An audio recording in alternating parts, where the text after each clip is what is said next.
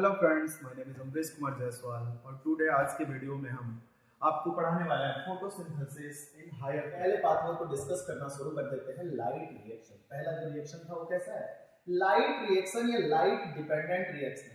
Basically बात करें तो बेटा इसकी डिस्कवरी करने वाले साइंटिस्ट का नाम था हिल, इसके लिए इसे हम हिल रिएक्शन भी कह रहे होते हैं। इसमें क्या होती है, लाइट की डिपेंडेंसी रहा करती है। ये रिएक्शंस कभी भी डार्क पाथवे में नहीं हो सकती। जैसे कि आपको पहले ही बताया कि ग्रीन लाइट में फोटोसिंथेसिस मिनिमम और ब्लू और रेड लाइट में क्या हुआ करता है, ज्यादा अमाउंट में होता है, मैक्सिमम अमाउंट में होता है। तो जनरली लाइट रिएक्शन हो गया। यदि रिएक्शन की बात करें बेटा तो लाइट रिएक्शन के दौरान O2 का प्रोडक्शन होता है, साथ ही साथ बेटा यहाँ पर NADH का फॉर्मेशन हो रहा होता है।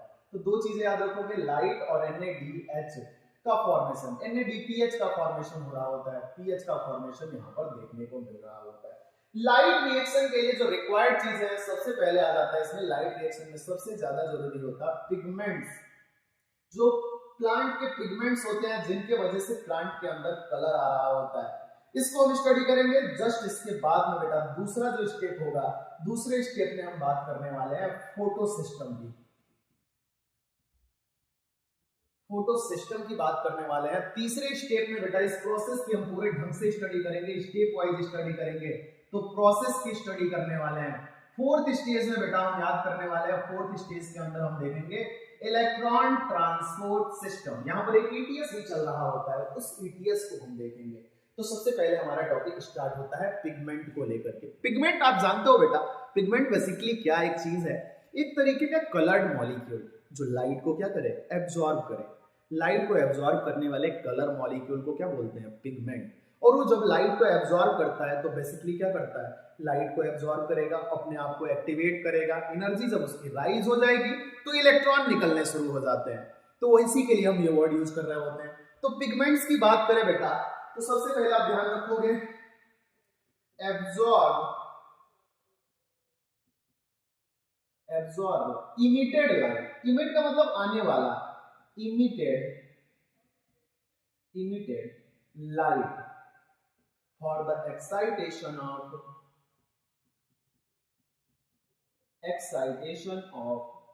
electrons। इलेक्ट्रॉन को एक्साइट करने के लिए लाइट को एब्जॉर्ब करने का काम कर रहे होते हैं। यदि टाइप की बात करें बेटा तो वैसे तो बेटा पिगमेंट का बड़ा ग्रुप है, लेकिन एक पिगमेंट जो हमारे क्लोरोप्लास्ट में पाए जाते हैं वो बेसिकली कैसे होते हैं, फैट सॉल्युबल पिगमेंट होते हैं। तो यहाँ पर हमें कैसे पिगमेंट्स देखने हैं, फैट सॉल्युबल पिगमेंट्स को देखने हैं। फैट सॉल्युबल पिगमेंट में बात करोगे बेटा तो कुछ पिगमेंट्स जो होते हैं वो क्लोरोफिल टाइप के होते हैं, क्लोरोफिल के मॉलिक्यूल्स होते हैं, जिसके अंदर बेटा क्लोरोफिल मॉलिक्यूल का जनरल फार्मूला जानते हो, एक काफी कॉम्प्लेक्स मॉलिक्यूल हुआ करता है, जिसके अंदर बेटा आपको कार्बन 55, हाइड्रोजन आपको 72 देखने को मिल रहे होते हैं। Carbon 55, hydrogen 72। इसके अलावा इसमें नाइट्रोजन का कंपाउंड होता है, ऑक्सीजन पाया जाता है और Mg पाया जा रहा होता है।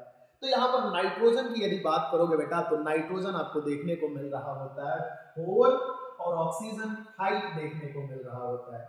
इसमें बेटा क्या होता है, बेसिकली इसमें जो ग्रुप होता है फंक्शनल ग्रुप, बेसिकली यहाँ पर CH3 पाया जा रहा है। यदि इसी में बेटा CH3 फंक्शनल ग्रुप है, ऐसा क्लोरोफिल मॉलिक्यूल जिसमें CH3 फंक्शनल ग्रुप है, उसे आप क्लोरोफिल A मॉलिक्यूल नाम दोगे। और इसी क्लोरोफिल A, क्लोरोफिल CH3 के जगह पर यदि एल्डिहाइड कंपाउंड CHO आ जाता है, CHO आ जाएगा तो बेटा हाइड्रोजन की कितनी कमी हो जाएगी, हाइड्रोजन यहाँ पर 70 हो जाएगा। हाइड्रोजन कितना लिखोगे, 70 लिखोगे और उसके बाद से एक ऑक्सीजन को बढ़ा दो, हाइड्रोजन को 70 कर दो और ऑक्सीजन को 6 कर दो, तो जो फार्मूला बनेगा वो क्लोरोफिल B का हो जाएगा। क्लोरोफिल A का फार्मूला बताया C55H72, नाइट्रोजन 4 मॉलिक्यूल, ऑक्सीजन के 5 और Mg मॉलिक्यूल होता, उसमें CH3 ग्रुप पाया जाता और दूसरी तरफ B मॉलिक्यूल क्लोरोफिल B के अंदर एल्डिहाइड ग्रुप आ जाता है COH के जगह पर। तो कार्बन के नंबर में तो कोई चेंज नहीं आएगा, हाइड्रोजन में 2 की कमी कर दीजिए और ऑक्सीजन को 1 ऐड कर दीजिए तो क्लोरोफिल B का फार्मूला बन जाएगा।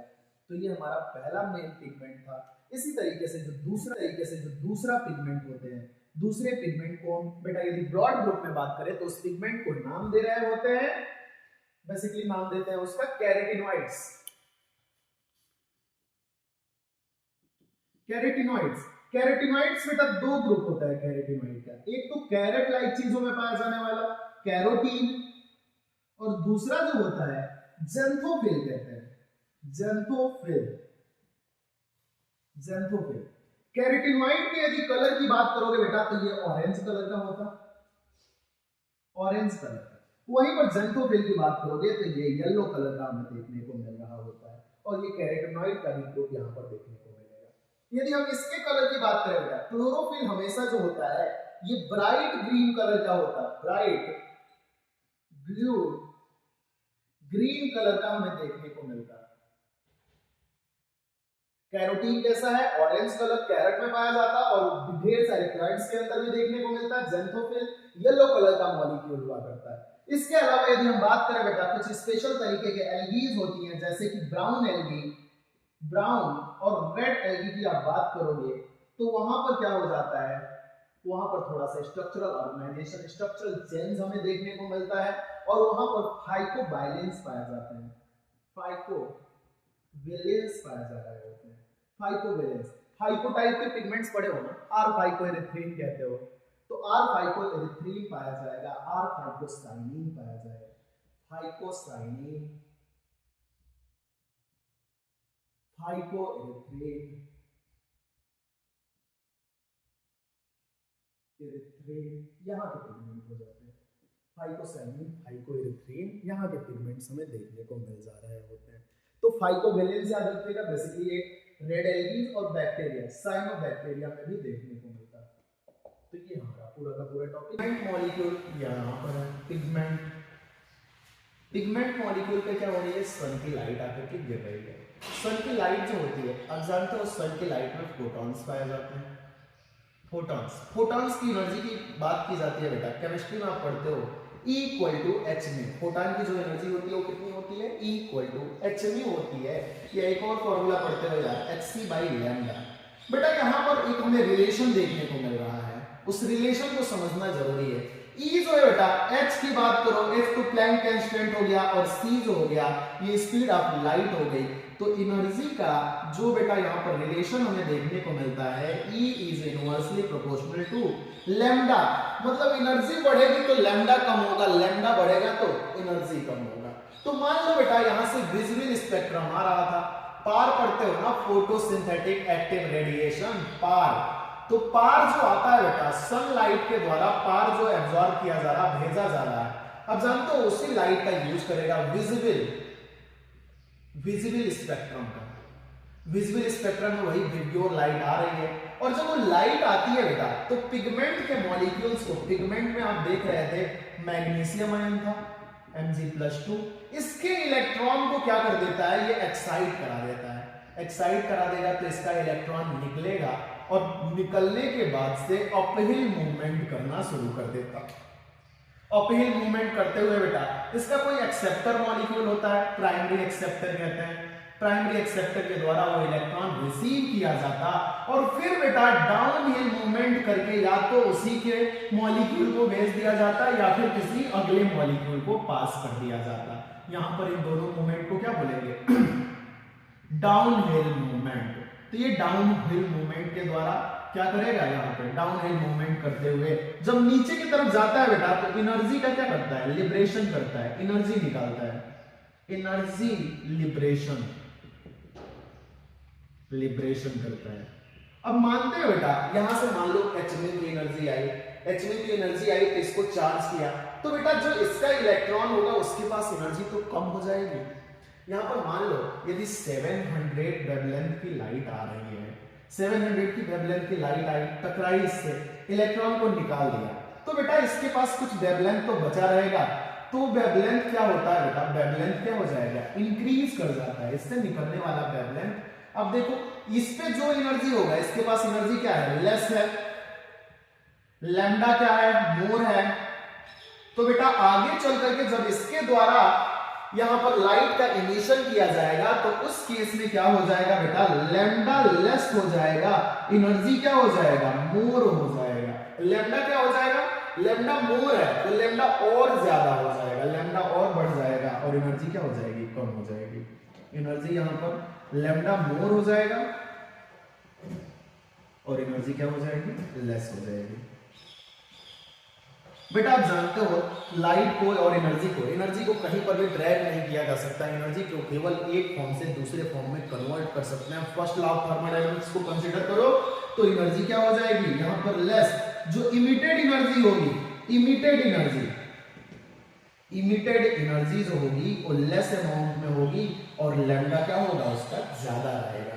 तो इसी कॉन्सेप्ट को देखते हुए बेटा यहां से फोटो सिस्टम का कॉन्सेप्ट आ जाता है आगे चल करके कि pattern of pigment on the chlorophyll, on the leaf के ऊपर किस पैटर्न में बेटा ये पिगमेंट्स पाए जा रहे हैं, उन्हीं चीजों को शो करने के लिए या क्लोरोप्लास्ट के अंदर ये पिगमेंट्स कैसे पाए जाते हैं उसके लिए एक कॉन्सेप्ट आ जाता है बेटा light harvesting complex, light harvesting complex या फोटो सिस्टम का कॉन्सेप्ट। तो फोटो सिस्टम के कॉन्सेप्ट को हम पढ़ना शुरू करते हैं। फोटो सिस्टम को हम यहां से ब्रॉड में देखने वाले हैं। बेसिकली फोटो सिस्टम के अंदर आपको बताया गया कि ये क्या बना रहा होता है, लाइट हार्वेस्टिंग कॉम्प्लेक्स बना रहा होता है, लाइट हार्वेस्टिंग कॉम्प्लेक्स का फॉर्मेशन करता है। बेसिकली क्या होता है, फोटो सिस्टम की बात करोगे बेटा तो फोटो सिस्टम बनाने के लिए या लाइट हार्वेस्टिंग कॉम्प्लेक्स का फॉर्मेशन करने के लिए दो चीजों की जरूरत पड़ती है। एक को हम बोलते हैं रिएक्शन सेंटर, जो वही पिगमेंट मॉलिक्यूल थे रिएक्शन सेंटर का फॉर्मेशन करते, और दूसरा जो होता है एंटीना का फॉर्मेशन करते हैं, एंटीना मॉलिक्यूल का फॉर्मेशन कर रहे होते हैं। एंटीना का आप काम जानते ही हो, एंटीना क्या करता है, एनर्जी ट्रैपिंग करता है, एनर्जी ट्रैप करता है, एनर्जी को ट्रैप करेगा और इस एनर्जी को कहां ट्रांसफर कर देगा, रिएक्शन सेंटर को। यदि हम बात करें बेटा तो बेसिकली कुछ कहने का मेरा मतलब ये है कि ये रहा light harvesting complex. Light harvesting complex कहां पाया जाएगा, क्लोरोफिल हो गया, क्लोरोफिल के अंदर क्या पाया जा रहे हैं, थैलेक्वाइड्स पाया जा रहे हैं, और थैलेक्वाइड्स के ऊपर ही ये पिगमेंट्स पाया जा रहे हैं। Arrangement of pigment on the thylakoid membrane is form light harvesting complex. तो इसमें क्या होता है बेटा, रिएक्शन सेंटर जो होता है वो हमेशा बीच का हिस्सा होता है, और रिएक्शन सेंटर हमेशा बनाया किसके द्वारा जाता है, क्लोरोफिल एक मॉलिक्यूल के द्वारा। क्लोरोफिल ए मॉलिक्यूल हमेशा रिएक्शन सेंटर में रहता है, तो यहां पर कौन रहेगा, क्लोरोफिल ए पाया जाएगा। क्लोरोफिल को बेटा, क्लोरोफिल ए को सिक्योर रखने के लिए यहां पर एंटीना के मॉलिक्यूल पाए जाते हैं, जो बेसिकली क्लोरोफिल बी के द्वारा, क्लोरोफिल सी के द्वारा, या और भी जो क्लोरोफिल जो अल्फाबेटिकल ऑर्डर में होते हैं उनके द्वारा, या इसके अलावा जो कैरोटीनॉइड होता है, कैरोटीन होता है, जेंथोफिल होता है, इन सब मॉलिक्यूल के द्वारा ये रिएक्शन सेंटर बनाया जा रहा होता है। तो रिएक्शन सेंटर बेसिकली क्या होगा, इसके चारों तरफ इस तरीके से पाया जाएगा। रिएक्शन सेंटर को चारों तरफ से क्या रखेगा, कवर करके रखने का काम करेगा। कई सारे लेयर्स में पाया जाएगा और इसका काम है, जैसे पहले ही बताया, काम क्या है इसका, लाइट को एब्जॉर्ब करके रिएक्शन सेंटर को देगा। एंटीना करेगा लाइट का एब्जॉर्प्शन।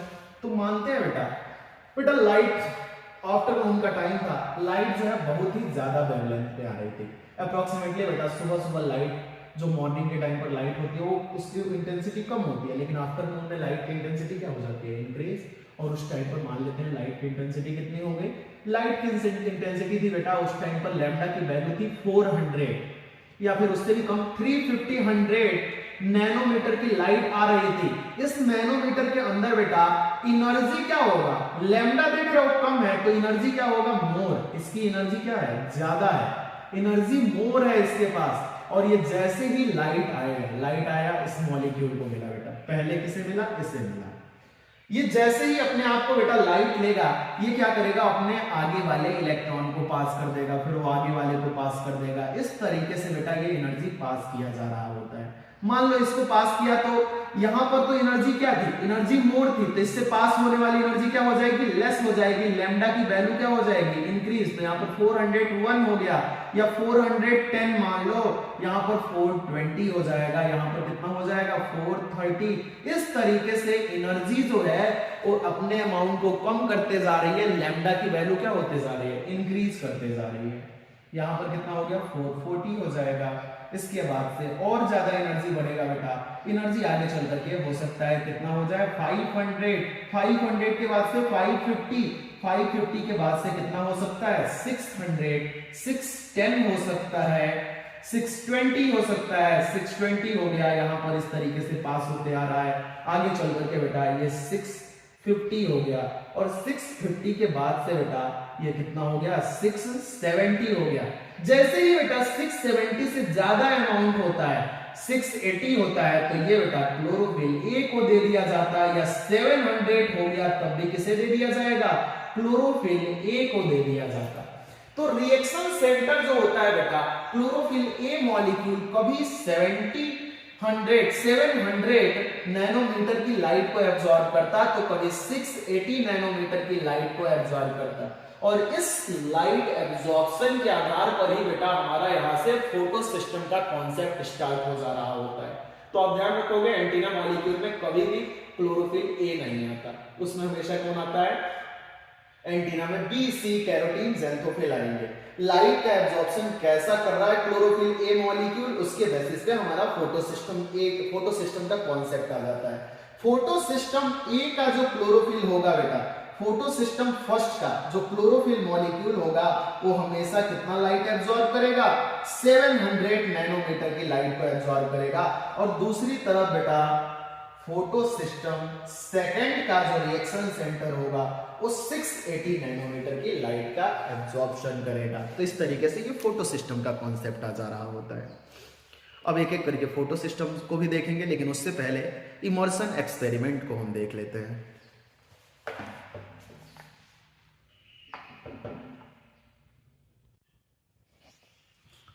बेटा तो हम इमर्शन एक्सपेरिमेंट्स की बात कर रहे थे। इमर्शन साइंटिस्ट ने क्या किया बेटा, पहले स्टेप में इन्होंने सबसे पहले तो रेड लाइट लिया। रेड लाइट वो भी लिया कितना 700 नैनोमीटर का।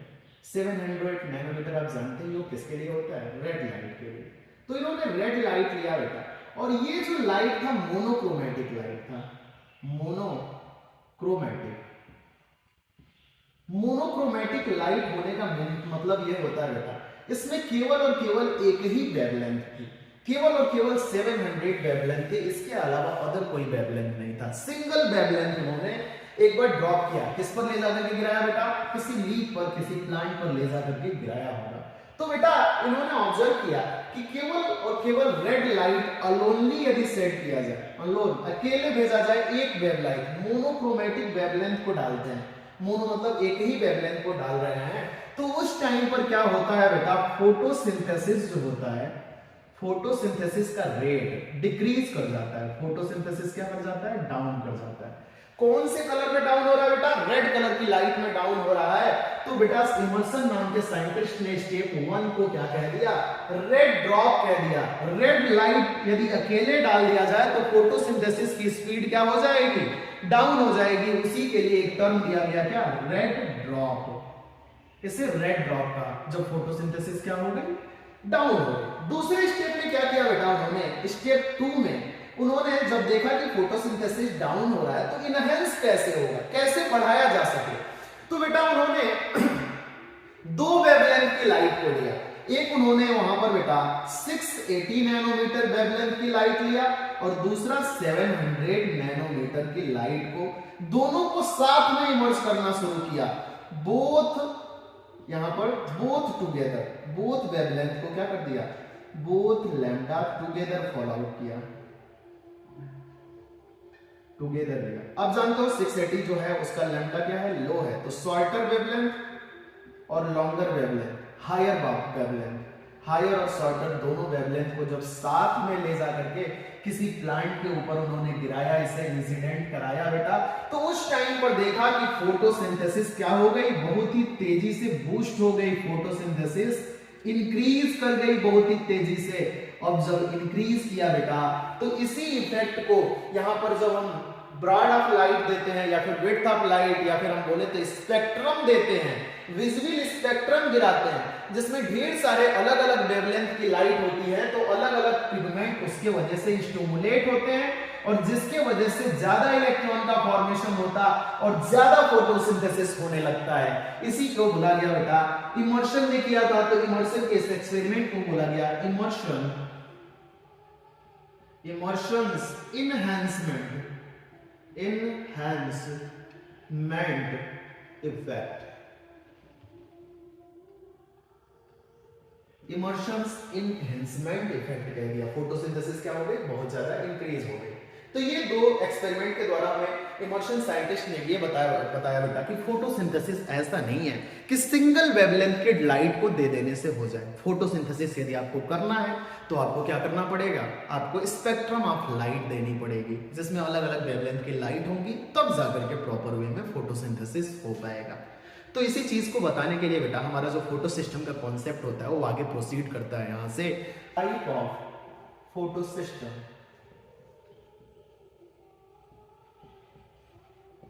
तो बेटा फोटो सिस्टम मैंने टाइप किसके बेसिस पे बताया, क्लोरोफिल ए।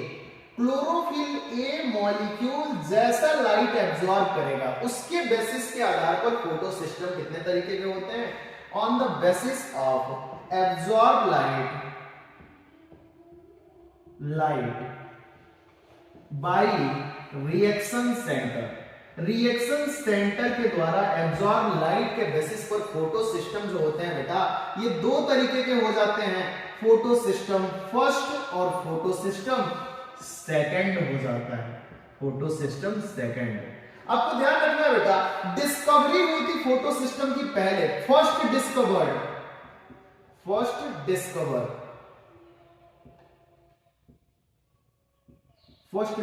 पिगमेंट कौन था, फोटो सिस्टम फर्स्ट था।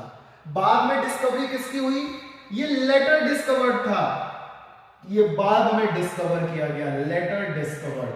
लेकिन फंक्शन की बात करोगे बेटा तो ये बाद में फंक्शन करता, पहले फंक्शन कौन करता, ये फर्स्ट होता है, ये वर्क इन इनिशियल, ये इनिशियली वर्क करेगा, ये लेटर वर्क करेगा, बाद में काम करेगा PS1, पहले कौन काम करेगा, PS सेकंड करेगा, वर्क लेटर।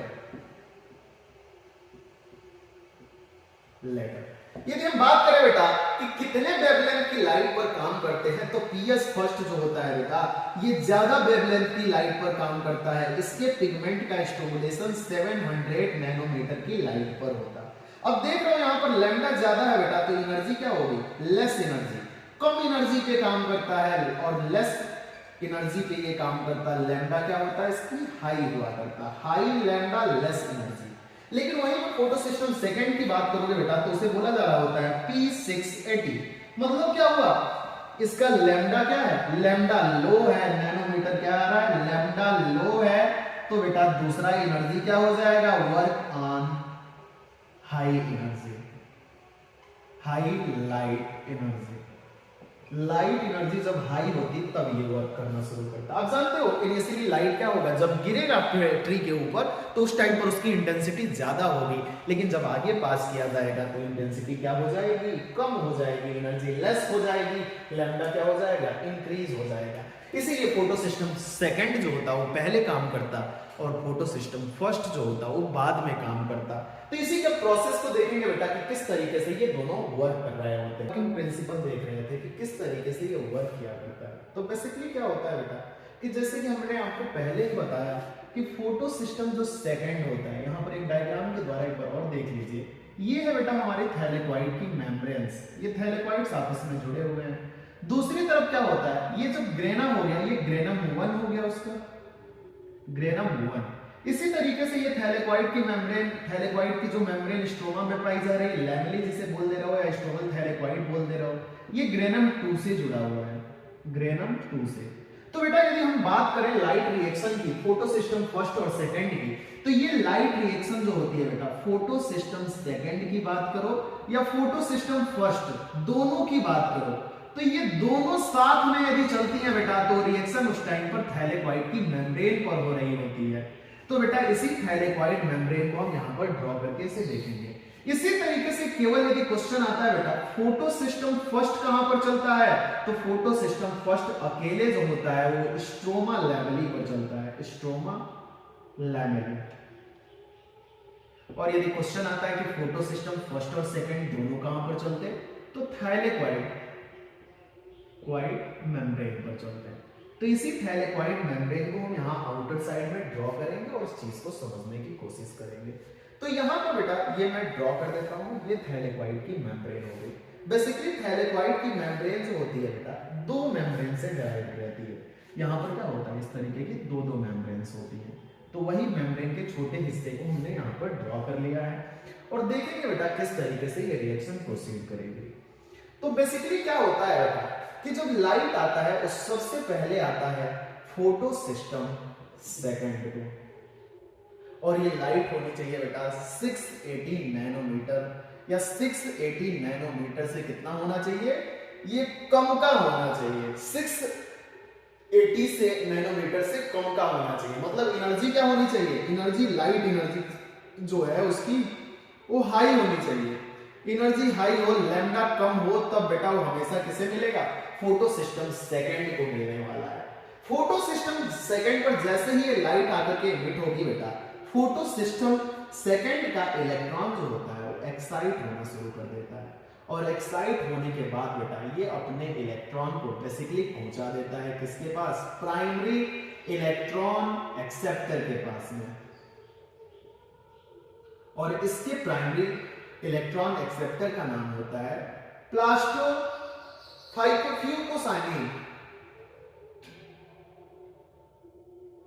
फ्यूकोसाइनिन को ये चीज मिल जाएगा।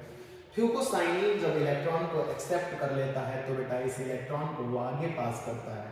आगे पास करता है बेटा वो पहले इलेक्ट्रॉन एक्सेप्टर को पास करेगा जो मेम्ब्रेन के अंदर सिचुएटेड रहता है, और मेम्ब्रेन में पाए जाने वाले इस रिसेप्टर को हम बोलते हैं पीक्यू, प्लास्टोक्यूनोन कहते हैं। प्लास्टोक्यूनोन को देते था। यही इलेक्ट्रॉन बेटा डाउनहिल मूवमेंट में, ये तो अपहिल मूवमेंट था जब ऊपर एक्साइट हुआ, तो उसके बाद से क्या हो रहा है, नीचे की तरफ आ रहा है तो डाउनहिल मूवमेंट था। डाउनहिल मूवमेंट में किसे मिला, पीक्यू को मिला। पीक्यू आगे चल करके बेटा, पीक्यू भी अपने इस इलेक्ट्रॉन की एनर्जी को नहीं रख सकता, वो आगे चल करके साइटोक्रोम B6F को देता है। साइटोक्रोम B6F को वो इलेक्ट्रॉन पास कर दिया जाता, तो यहां से क्या हो जाएगा, प्लास्टोक्यूनोन से आगे पास कर दिया जाएगा। प्लास्टोक्यूनोन B6F भी अपने इलेक्ट्रॉन को अपने पास में नहीं रखता, ये आगे चल करके किसी को पास कर देता है बेटा, और वो होता है प्लास्टोसाइनिन। प्लास्टोसाइनिन को पास कर देता है। यहां पर एक चीज देखने की जरूरत है कि बेटा क्या ये इलेक्ट्रॉन कॉन्टिन्यूअस मैनर में आगे की तरफ पास किए जाते हैं या डिसकंटिन्यूअस मैनर में। तो ये बेटा यहाँ पर जो इलेक्ट्रॉन की पासिंग है वो कॉन्टिन्यूअस मैनर में होती है। कैसे होती है कॉन्टिन्यूअस मैनर में, क्या लाइट हमेशा ही कॉन्टिन्यू मैनर में गिरते रहता है और उस तरीके से पाथवे चलते रहता है? तो जी हाँ, यहाँ पर देखिए क्या होता है कि ये जो थैलेकॉइड का ल्यूमेन है इसे हम ल्यूमेन कह रहे हैं, ल्यूमेन, और ऊपर जो चीज है वो क्या है, मेम्ब्रेन। तो मेम्ब्रेन और ल्यूमेन के बीच में कोई ना कोई ऐसा सामंजस्य होता है जो बना बैठा रहता है बेटा। यहां पर ल्यूमेन के अंदर ये हो गया थैलेकॉइड मेम्ब्रेन, ये आउटर हो गया, ये इनर हो गया, और इनर मेम्ब्रेन में भी ये प्लेस कैसा हो गया, ल्यूमेन हो गया।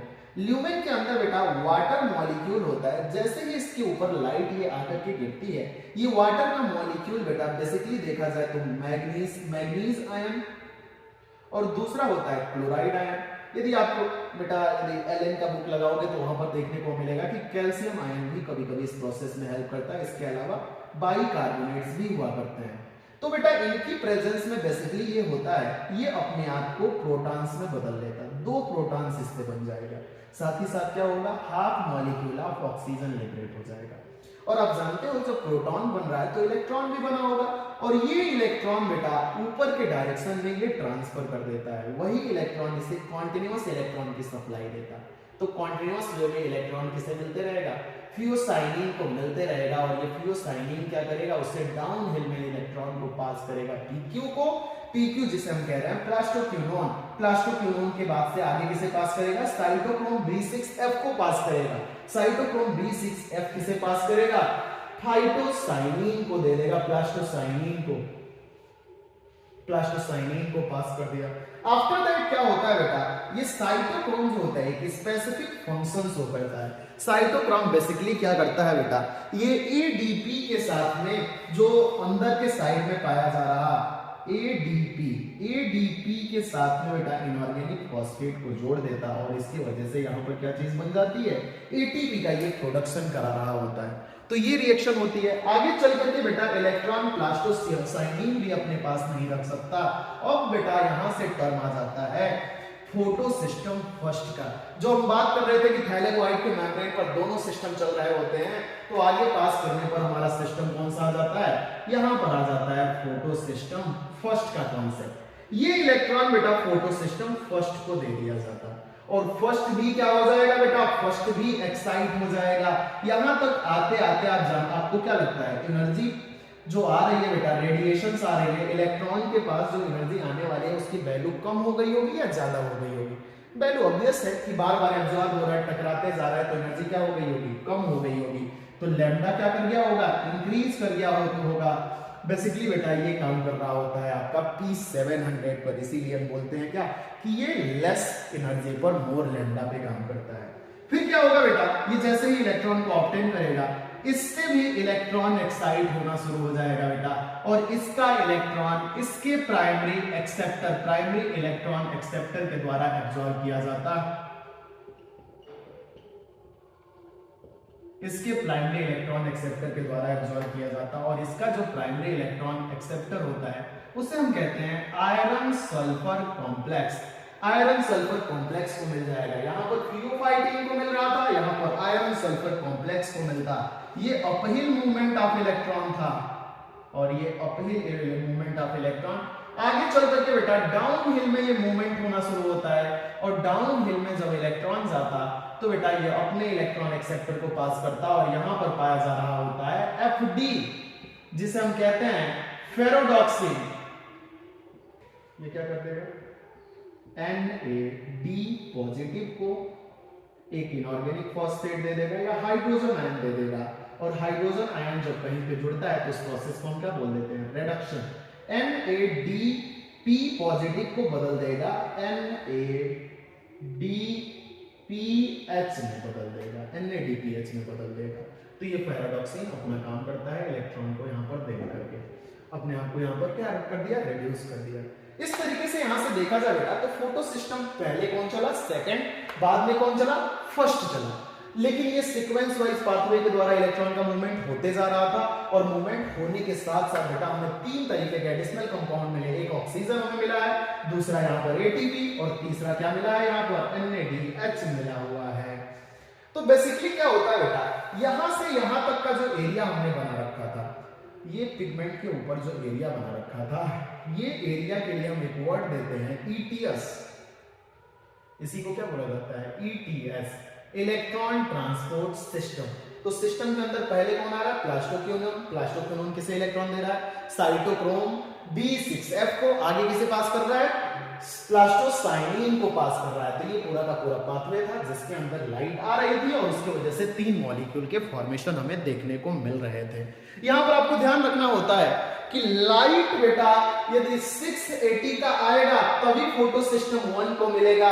यदि लाइट की इंटेंसिटी बढ़ा दी गई तो फोटो सिस्टम सेकंड क्या होता है, यदि लाइट के लैम्डा को तुमने बढ़ा दिया, एनर्जी को कम कर दिया, तो फोटो सिस्टम सेकंड नहीं चलेगा, स्प्लिटिंग ऑफ वाटर नहीं होगा, और फिर केवल और केवल उस टाइम पर कौन चलेगा, फोटो सिस्टम फर्स्ट ही देखने को मिलेगा। इस रिएक्शन का भी स्पेसिफिक नाम है बेटा, इसे ध्यान रखना जरूरी है। इसे या तो हम कहते हैं स्प्लिटिंग ऑफ वाटर, या फिर इसी का दूसरा नाम होता है, लाइट की प्रेजेंस में ब्रेकिंग हो रही है किसकी, वाटर के मॉलिक्यूल की, तो क्या बोलोगे, फोटोलिसिस। फोटोलिसिस, फोटो मतलब होता है लाइट, लाइट के प्रेजेंस में क्या हो रहा है, ब्रेकिंग हो रहा है, फोटोलिसिस ऑफ वाटर, वाटर की फोटोलिसिस हो रही है। और बेटा फोटोलिसिस ऑफ वाटर के वजह से ही क्या होता है, ऑक्सीजन गैस प्रोड्यूस होती है, और ये ऑक्सीजन गैस हमें ब्रीथिंग के लिए मिल पा रही होती है, हमें रेस्पिरेशन के लिए मिल पा रही होती है। बाय द प्रोसेस ऑफ, यहां से ये डिफ्यूज करके बेटा सेल से बाहर जाती, और इस तरीके से प्लांट के लीफ के द्वारा यही ऑक्सीजन गैस हमें देखने को मिल रही होती है। याद रखना है बेटा, तीन चीजें याद रखना है। फोटोलिसिस ऑफ वाटर किससे रिलेटेड है, फोटो सिस्टम सेकंड से रिलेटेड है। एटीपी का फॉर्मेशन कब हो रहा होता है? तो एटीपी का फॉर्मेशन साइटोक्रोम B6F से जब इलेक्ट्रॉन पास होता है तब। और तीसरा चीज है बेटा NADH जो है, NADPH जो है वो कब फॉर्म कर रहा होता है? तो फोटो सिस्टम के बाद फेरोडॉक्सिन से जब इलेक्ट्रॉन आगे पास करता है तब जाकर के वो बन रहा होता है। तो इसलिए बेटा जब फोटो सिस्टम सेकंड अपने लाइट को, अपने एनर्जी को फोटो सिस्टम फर्स्ट को दिया करता है, तो इस तरीके के पाथवे के लिए हम एक वर्ड देते हैं non cyclic pathway. Non cyclic pathway, इसे नॉन साइक्लिक पाथवे कह रहे होते हैं। और इसमें बेटा बेसिकली क्या हो रहा होता है? एटीपी का फॉर्मेशन हो रहा होता है, तो इसीलिए इस पूरे पाथवे का नाम रखते हैं नॉन साइक्लिक फोटोफॉस्फोराइलेशन। फोटोफॉस्फोराइलेशन।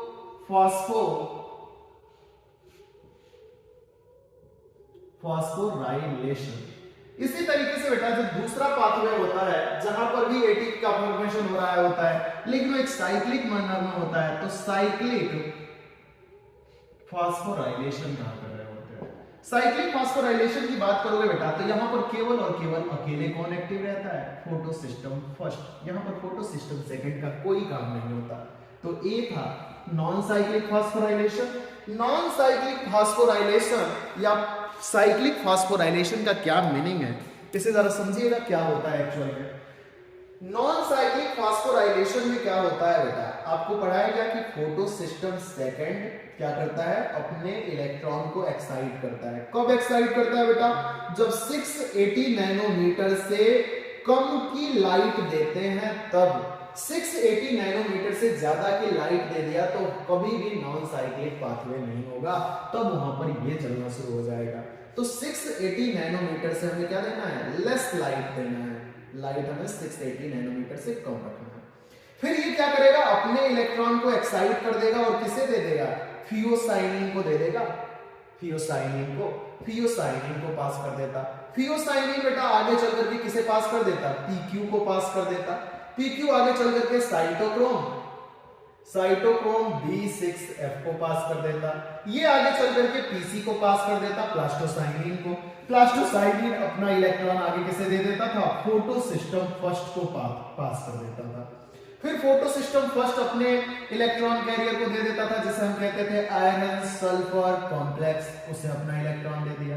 आगे चल करके ये क्या कर देता था? FD को दे देता, और FD का काम होता था कि क्या बना देना? NADH का फॉर्मेशन कर देना, DPH का फॉर्मेशन कर देना, PH का फॉर्मेशन कर दिया इसने।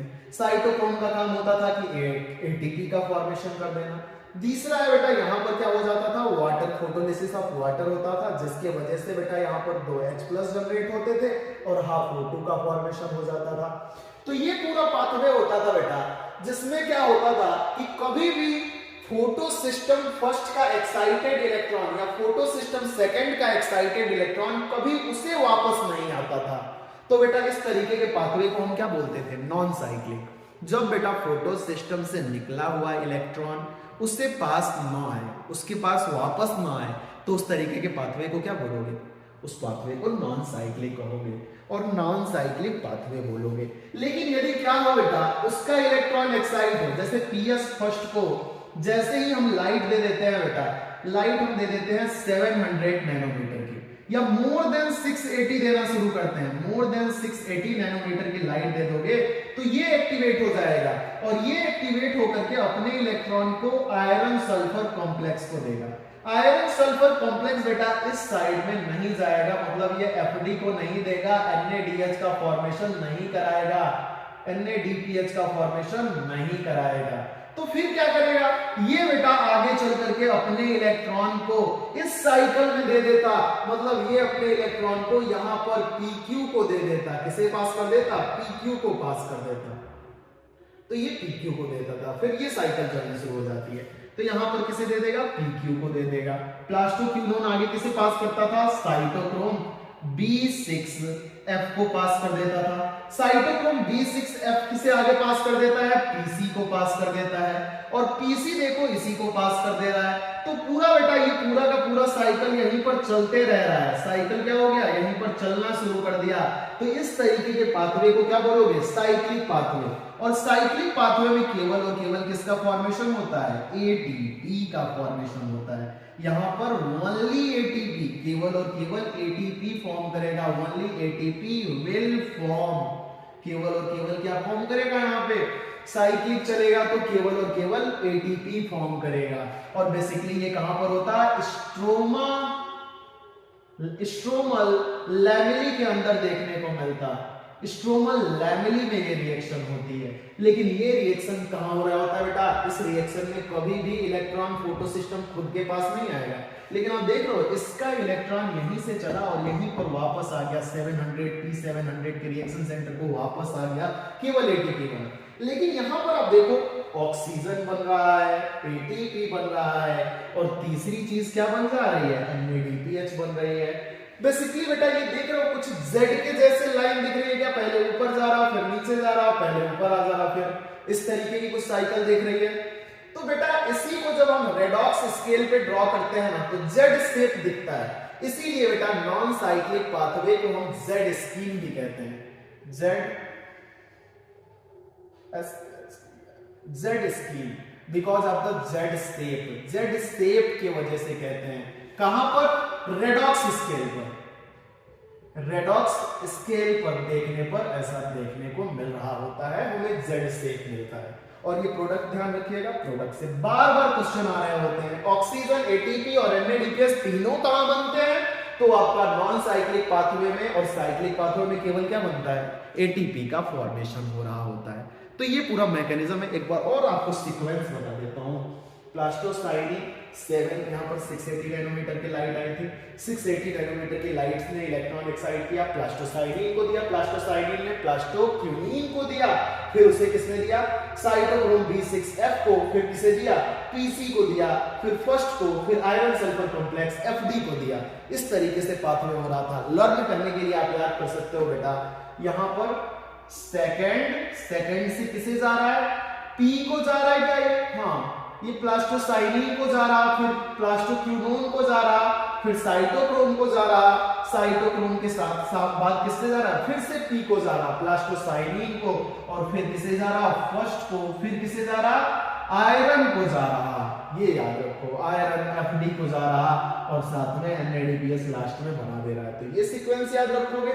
लेकिन यहां पर आपको याद रखना होगा, तो फर्स्ट से इलेक्ट्रॉन कहां जा रहा है? FeS को जा रहा है। FeS से कहां जा रहा है? PQ को जा रहा है। और PQ से साइटोक्रोम को, C को, और लास्ट में PC को, और फिर से फोटो सिस्टम 1 को वापस हो गया। तो साइक्लिक बोल देंगे इसे। तो ये दो पाथवे थे जिनके द्वारा ऑस्मोटिक हाइपोथेसिस को देने वाले साइंटिस्ट का नाम था पीटर मिकेल। याद रखिएगा, पीटर मिकेल। पीटर मिकेल नाम के साइंटिस्ट ने स्कीमो ऑस्मोटिक थ्योरी को दिया था। बेसिकली स्कीमो ऑस्मोटिक थ्योरी के द्वारा कहा क्या जाता है, इसे हम समझना शुरू करते हैं। बेसिकली बेटा ये एक्सप्लेन कर रहा होता है, explain all processes of ATP formation. ATP formation का क्या प्रोसेस होगा, ये सारे प्रोसेसेस को एक्सप्लेन कर रहा होता है। जहां जहां पर एटीपी बनेगा वहां पर ये कीमो ऑस्मोटिक थ्योरी अप्लाई होती और वहां पर प्रोसेसेस को एक्सप्लेन करने के लिए आ रहा होता है। बेसिक यदि मेथड की बात करें बेटा, तो सेलुलर लेवल पर जो एटीपी फॉर्मेशन किया जा रहा होता है उसे आप कहते हो फास्फोराइलेशन। तो ये फास्फोराइलेशन को एक्सप्लेन करता है,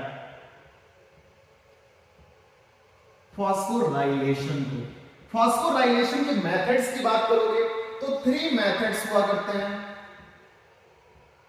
3 मेथड्स देखने को मिलते हैं। पहला जो मेथड होता है बेटा, उसे हम कहते हैं SLP, सबस्ट्रेट लेवल फास्फोराइलेशन।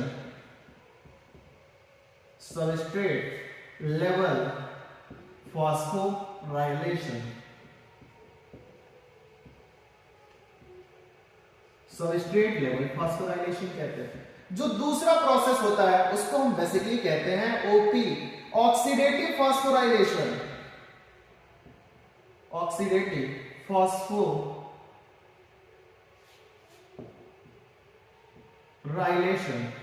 जो तीसरा प्रोसेस होता है बेटा, उसे हम कहते हैं PP, फोटोफास्फोराइलेशन।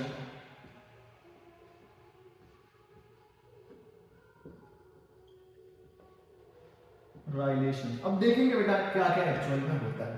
देखो जैसे कि नाम से ही क्लियर हो रहा है सबस्ट्रेट लेवल फास्फोराइलेशन।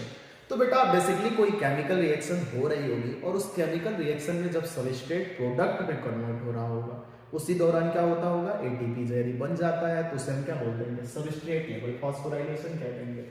यदि हम बात करें बेटा तो ये कहां कहां पर देखने को मिलता है, ये कहां पर देखने को मिल रहा होता है, एग्जांपल की बात कर ले तो बेसिकली आप ग्लाइकोलाइसिस पढ़ते हो। ग्लाइकोलाइसिस, ग्लाइकोलाइसिस में बताया जाता है बेटा ग्लूकोज जो है वो किसमें जा रहा होता है 2 मोलार पायरुविक एसिड में जा रहा होता है। यहीं पर बेटा एटीपी बनता है और दूसरी चीज NADH2 बन रहा होता है, तो एटीपी बनने को एक्सप्लेन करेगा। इसके अलावा क्रेब्स साइकिल में, क्रेब्स साइकिल के अंदर भी एक्सप्लेन किया जाएगा। तो ग्लाइकोलाइसिस और क्रेब्स साइकिल में बेटा सबस्ट्रेट लेवल फास्फोराइलेशन हमें देखने को मिलते हैं। अब बात आती है ऑक्सीडेटिव फास्फोराइलेशन की। ऑक्सीडेटिव जैसे कि नाम से ही क्लियर है बेटा, आपको पता है कि कौन सा ऑर्गेनेल जो होता है हमारा, कौन सा ऐसा सेलुलर ऑर्गेनेल है जो बेसिकली क्या करता है बेटा ऑक्सीजन का यूज करता है। तो बेटा नाम केवल और केवल किसकी आती है माइटोकॉन्ड्रिया की। माइटोकॉन्ड्रिया के अंदर बेटा यदि एटीपी फॉर्मेशन को पढ़ोगे बेसिकली ये भी क्रेब्स साइकिल में ही आपको देखने को मिलेगा। क्रेब्स साइकिल या इससे सीधे सीधे बोल दो तो ईटीएस, क्रेब्स साइकिल का जो ईटीएस, पहले क्रेब्स साइकिल चलेगी, क्रेब्स साइकिल के बाद से जो NADH2 बनते हैं यहाँ पर DH2 FADH2 बनते हैं उनको ही हम ब्रेक करके किसमें बदलते हैं ATP में बदल रहे होते हैं। और हाइड्रोजन आयन कंसंट्रेशन हम कहां पर क्रिएट कर रहे होते हैं इन दोनों मेम्ब्रेन के बीच में, इनर मेम्ब्रेनस स्पेस में, इनर मेम्ब्रेनस स्पेस में हाइड्रोजन आयन कंसंट्रेशन को बढ़ाते हैं और H+ के लिए ग्रेडियंट बन गया होता है। वही H+ जब मूव करता है तो वहां पर माइटोकॉन्ड्रिया में ऑक्सीडेटिव फास्फोराइलेशन होता है। अब बात आता है फोटो। फोटो मतलब क्या हो गया लाइट। लाइट के प्रेजेंस में आप क्या करो एटीपी फॉर्मेशन करा। तो लाइट के प्रेजेंस में बेटा कौन सा ऑर्गेनेल है जो लाइट यूज करता, तो केवल और केवल नाम किसका आना है क्लोरोप्लास्ट का आना है। डबल मेम्ब्रेन सराउंडेड स्ट्रक्चर, नाम क्या है इसका क्लोरोप्लास्ट। इसके अंदर थैलेक्वाइड्स है और थैलेक्वाइड के ल्यूमेन में बेटा इस बार H+ भी क्रिएट करेंगे। थैलेक्वाइड के ल्यूमेन में क्या करेंगे H+ के अमाउंट को बढ़ाएंगे और इनको ग्रेडियंट के द्वारा जब बाहर निकालेंगे तब जाकर के एटीपी यहां पर बनेगा। यहां पर था बेटा ग्रेडियंट हमें यहां क्रिएट करना था इनर मेम्ब्रेनस स्पेस में, ये इनर मेम्ब्रेनस स्पेस में H+ का अमाउंट बढ़ा देना था। फिर क्या करना था इसे अंदर लाते तो क्या बनता ATP बनता, यहां से आता ये तो ये था बेटा फोटोफॉस्फोराइलेशन। आपको कहां देखने को मिलेगा क्लोरोप्लास्ट में देखने को मिलेगा, या फिर सीधे सीधे बोल दो तो किसमें फोटोसिंथेसिस के दौरान देखने को मिलता है। यही हमें यहां पर पढ़ना है। बाकी अगले चैप्टर की बात है, सबस्ट्रेट लेवल भी नेक्स्ट चैप्टर की बात है। तो पीपी को देखना शुरू करते हैं। पीपी एक्चुअल में है क्या, किस तरीके से हुआ कर रहा होता है। तो हम देख रहे थे फोटोफॉस्फोराइलेशन पीपी। फोटोफॉस्फोराइलेशन के दौरान एक्चुअल में क्या हो रहा था, जैसे कि मैंने आपको अभी बताया था कि डबल मेम्ब्रेन, यहाँ पर डबल मेम्ब्रेन हमारी क्या हो गई है थैलेक्वाइड्स हो गए। इसके अंदर क्या पाई जा रही है थैलेक्वाइड्स पाई जा रही है। थैलेक्वाइड मेम्ब्रेन, थैलेक्वाइड मेम्ब्रेन के ऊपर ही आप जानते थे अभी देखे थे बेटा यहाँ पर क्या चलता था PS सेकंड चलता था। और PS सेकंड जब चल रहा था बेटा तो PS सेकंड के दौरान आप देख रहे थे कि जब वाटर की ब्रेकिंग हो रही थी तो यहाँ पर क्या बन रहा था हाफ O2 बन रहा था और 2 हाइड्रोजन आयन अंदर की तरफ भरा जा रहा था। कहां पर भरा जा रहा था थैलेक्वाइड के ल्यूमेन में। ये क्या है थैलेक्वाइड ल्यूमेन है, तो थैलेक्वाइड के ल्यूमेन में भरा जा रहा था। उसके अलावा बेटा और भी रिएक्शन होती है जिसके वजह से हाइड्रोजन आयन के ग्रेडियंट को हम कहां पर क्रिएट करते हैं यहाँ पर ल्यूमेन के अंदर हम क्रिएट कर रहे होते हैं। तो देखिए जरा क्या हो रहा होता है।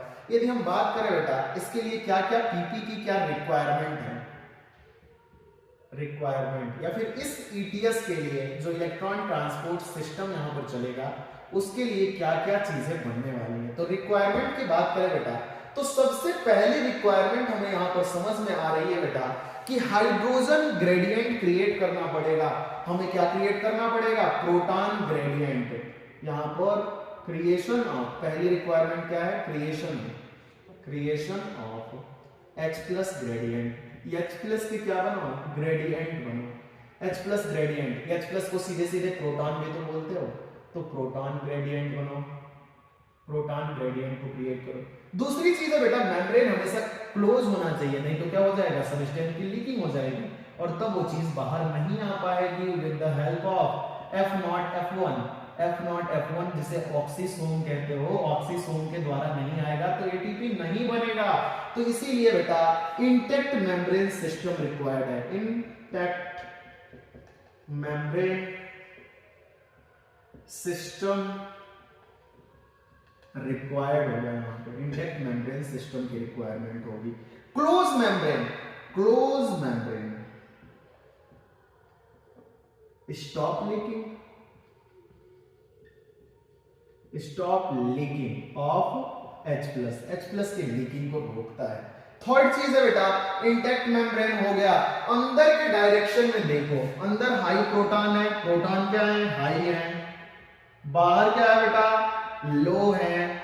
और भी यदि अंदर किसी भी तरीके से प्रोटॉन बना दिया जाता है तो इसको यदि हमें अंदर करना पड़ेगा तो हमें एक पंप लगाना पड़ेगा, इसी पंप को कहते हैं प्रोटॉन पंप। तो यहाँ पर बेटा प्रोटॉन पंप की भी जरूरत पड़ती, जो एक्टिवली क्या करता है, लोअर कंसंट्रेशन से प्रोटॉन को हायर कंसंट्रेशन पे जमा करने का काम करता है। तो थर्ड रिक्वायरमेंट हमारी क्या हो जाएगी, थर्ड रिक्वायरमेंट हमारी निकल करके आती है प्रोटॉन पंप। प्रोटॉन पंप हो गया। फोर्थ रिक्वायरमेंट की बात करें बेटा, जब प्रोटॉन भी हमारा पंप चल गया, प्रोटॉन पंप अंदर की तरफ मटेरियल का भी डिपोजिशन करा दे रहा है, तो फोर्थ रिक्वायरमेंट हमारा F0 पार्टिकल आ जाता है, F0 F1 particle. F0 F1 particle को क्या बोलते हो, ऑक्सीसोम। ऑक्सीसोम आ गया, ऑक्सीसोम के पास एक एंजाइम होता है बेटा, एंजाइम का नाम याद रखना जरूरी है, एटीपी सिंथेटेज एंजाइम आ जाएगा। और ये एटीपी सिंथेटेज क्या करेगा बेटा, एटीपी के सिंथेसिस में हेल्प करेगा बाय कन्फर्मेशनल चेंज। इसके अंदर F0 F1 पार्टिकल में कौन सा चेंज आने वाला है, कन्फर्मेशनल चेंज आने वाला है। मतलब बेटा जैसे क्या होता है ना, ये F0 इसे कहते हैं, इसके ऊपर क्या पाया जा रहा है, हेड पाया जा रहा है। ये क्या है, रूट है या टेल बोल दो, रूट को क्या बोलोगे, F0, हेड को क्या कहोगे, हेड को F1 के द्वारा बेटा F1 इस तरीके से घूमता रहता है, इस तरीके से रोटेट होते रहेगा और क्या करेगा, एटीपी को चारों तरफ निकालते रहेगा। एटीपी सिंथेटेज है, यहाँ पे एटीपी सिंथेटेज सिंथेसिस कराते रहेगा और यहाँ से बार बार ये क्या करते रहेगा, प्रोटॉन को लेकर के बाहर निकालते रहेगा। तो ये चार रिक्वायरमेंट है, रिक्वायरमेंट पे फोकस। अगला टॉपिक है कीमोस्मोटिक थ्योरी का, creation of hydrogen gradient in thylakoid lumen. ये था थैलेकॉइड्स, थैलेकॉइड की ये मेम्ब्रेन थी, ये बड़ी सी मेम्ब्रेन थैलेकॉइड की थी। थैलेकॉइड की मेम्ब्रेन के ऊपर ही हमारा फोटो सिस्टम चलता था। फोटो सिस्टम का नाम क्या होता था, PS सेकेंड। यहाँ पर जब PS सेकेंड चल रहा होता था तो इसकी वजह से क्या हो रहा था, वाटर की ब्रेकिंग हो रही थी। वाटर की ब्रेकिंग से हाफ O2 ये तो डिफ्यूज होकर के बेटा हमारे बाहर चले आना है। दूसरा चीज है क्या कि यहीं पर क्या बन रहा होता है, H+ बन रहा होता है, 2 H+ मॉलिक्यूल का फॉर्मेशन हो गया। तो इसके वजह से यहाँ पर क्या हो रहा है, हाइड्रोजन आयन का क्रिएशन हो रहा है। तो तीन चीजें बेटा, creation of hydrogen gradient in lumen. इसका पहला रीजन क्या है, photolysis of water, photolysis of water in lumen. कहां पर हो रहा है ये, थैलेकॉइड ल्यूमेन, T ल्यूमेन में हो रहा है। तो थैलेकॉइड ल्यूमेन के अंदर जो फोटोलिसिस ऑफ वाटर होगा लाइट के प्रेजेंस में, तो उससे एक ग्रेडियंट का क्रिएशन होगा। दूसरी बात है बेटा, आप जानते हो कि ये अपना इलेक्ट्रॉन आगे पास करता था। किसे पास करता था, फ्यूकोसाइनिन को पास करता था। फ्यूकोसाइनिन अपना इलेक्ट्रॉन किसे पास करता था, PQ को पास करता था। तो PQ को जैसे ही ये इलेक्ट्रॉन 2 मिलता है बेटा ये थैलेकॉइड के स्ट्रोमा से, ये स्ट्रोमा है यहाँ पर, स्ट्रोमा से 2 हाइड्रोजन आयन को ले करके अपने आप को बेटा PQH2 में बदल लेता है। ठीक है, PQH2 इसी मेम्ब्रेन में घूमता है और आगे चल करके बेटा ये आउटर साइड से इनर साइड के तरफ आ जाता है। आउटर साइड से, थोड़ा सा मैं डायग्राम में चेंज ला देता हूं, यहाँ पर पीसी ने क्या किया, इलेक्ट्रॉन को गेन किया। पीसी ने इलेक्ट्रॉन गेन करने के बाद किसे दे दिया बेटा, ये बेसिकली दे दिया पीक्यू को दे दिया अपने इलेक्ट्रॉन को। पीक्यू ने बाहर से क्या किया, हाइड्रोजन आयन को एब्जॉर्ब किया। हाइड्रोजन आयन को जब एब्जॉर्ब किया बेटा तो ये हाइड्रोजन आयन को लेने के बाद क्या हो जाएगा, रिड्यूस हो जाएगा। रिड्यूस होने के बाद किस में बदल जाएगा, PqH2 में बदल जाएगा। ये आउटर मेम्ब्रेन से छोड़ करके बेटा इनर मेम्ब्रेन में आ जाता है। ये आउटर मेम्ब्रेन थी थैलेक्वाइड की, आउटर मेम्ब्रेन से निकल करके कहां आ गया, इनर मेम्ब्रेन पे आ गया। और इनर मेम्ब्रेन में जैसे आता बेटा PqH2 अपने आप को फिर से बेटा किस में बदल लेता, PQ में बदल लेता। और जब PQ में बदलेगा तो उसके वजह से भी क्या होगा, हाइड्रोजन आयन 2 मॉलिक्यूल और यहां पर ऐड होंगे और फिर से वापस क्या हो जाएगा, ये अपने आप को चेंज कर लेगा। तो ये इस तरीके से बार बार अपने आप को चलाते रहता है, अपना रिडक्शन करता है और बाहर के हाइड्रोजन आयन को कम करते रहेगा। आउटर साइड स्ट्रोमा का H+ क्या होते रहेगा, लो होते रहेगा, लेस होते रहेगा। और बाहर बेटा जो अंदर का H+ है वो इंक्रीज होते रहेगा। तो दूसरा है बेटा ये PQ के ऑक्सीडेशन के वजह से हो रहा है। दूसरा आप नोट कर सकते हो, when दूसरा by the transfer of electron from PS second to PS first, PQ collect H+ from stroma side and converted into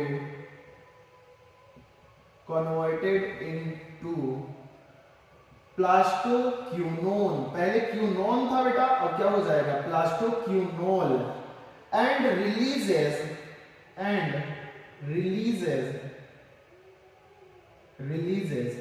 these H+ in stroma by conversion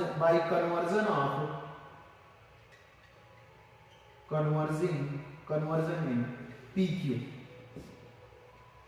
H+ in lumen में बढ़ा दे रहा है H+ के amount को और अपने आप को क्या कर दे रहा है, कन्वर्ट कर दे रहा है, जिसके वजह से बेटा स्ट्रोमल क्या होगा, स्ट्रोमल H+ डिक्रीज करेगा और ल्यूमेन का H+ क्या हो जाएगा, ल्यूमेन का H+ इंक्रीज कर जाएगा।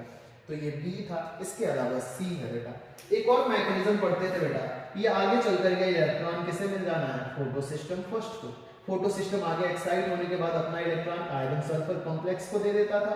आयरन सल्फर कॉम्प्लेक्स Fd को देता था और Fd का काम था बेटा NADH का फॉर्मेशन करना, NADPH का फॉर्मेशन करना। किससे क्या करता था ये बेटा, बेसिकली इस रिएक्शन के दौरान NADP को क्या दिया जाता था, स्ट्रोमा वाला H+ दिया जाता था, स्ट्रोमा का H+ दे दिया जाता था, तब जाकर के इसका रिडक्शन होता था।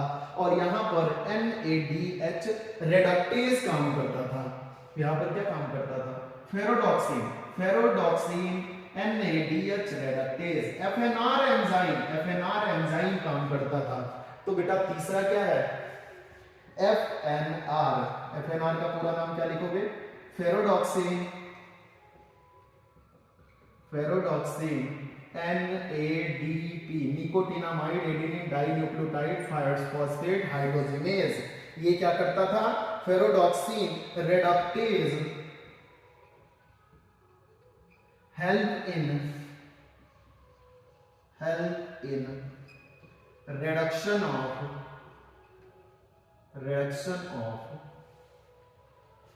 reduction of H+ of stroma। अब बेटा यहां पर हमने ओवरऑल H+ का अमाउंट बढ़ा रखा है।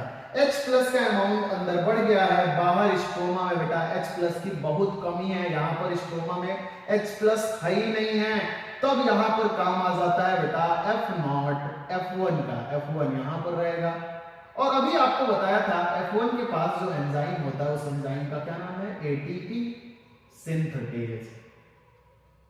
जैसे जैसे बेटा ये स्ट्रोमा के क्या करता है, H+ को उठाता है, स्ट्रोमा के इस H+ को उठाएगा, इस CH+ को अपने साथ उठाएगा और फिर बेटा इसके अंदर से मूव कराते हुए जैसे आगे बढ़ता, तब जा करके बेटा क्या होता है, जब ये बाहर के डायरेक्शन में जाता है, बाहर के डायरेक्शन में जैसे ही निकल रहा होता है बेटा ये ATP सिंथेटेज स्टिमुलेट हो जाता और बाहर स्ट्रोमा के अंदर बेटा ADP मॉलिक्यूल को इनऑर्गेनिक फॉस्फेट मिल जाता है और तब जाकर के वो किसका फॉर्मेशन कर देता है, ATP का। तो जितना ज्यादा बेटा H+ यहां पर स्टोर रहेगा ल्यूमेन के अंदर, उतना ज्यादा ATP का फॉर्मेशन होते रहेगा और ये पूरा का पूरा मैकेनिज्म आपने देखा कीमोऑस्मोटिक हाइपोथेसिस। तो ध्यान रखिएगा ये क्या नाम था, F1 पार्टिकल। F1 पार्टिकल का क्या कर रहा है, ये स्टिमुलेटेड कर रहा है। तो बेटा यहाँ पर आज का टॉपिक ओवर होता है। यदि आपको मेरा वीडियो अच्छा लगा हो तो सब्सक्राइब करना और लाइक शेयर करना मत भूलें और एजे सर के चैनल को सपोर्ट करने के लिए बहुत बहुत धन्यवाद। Thank you.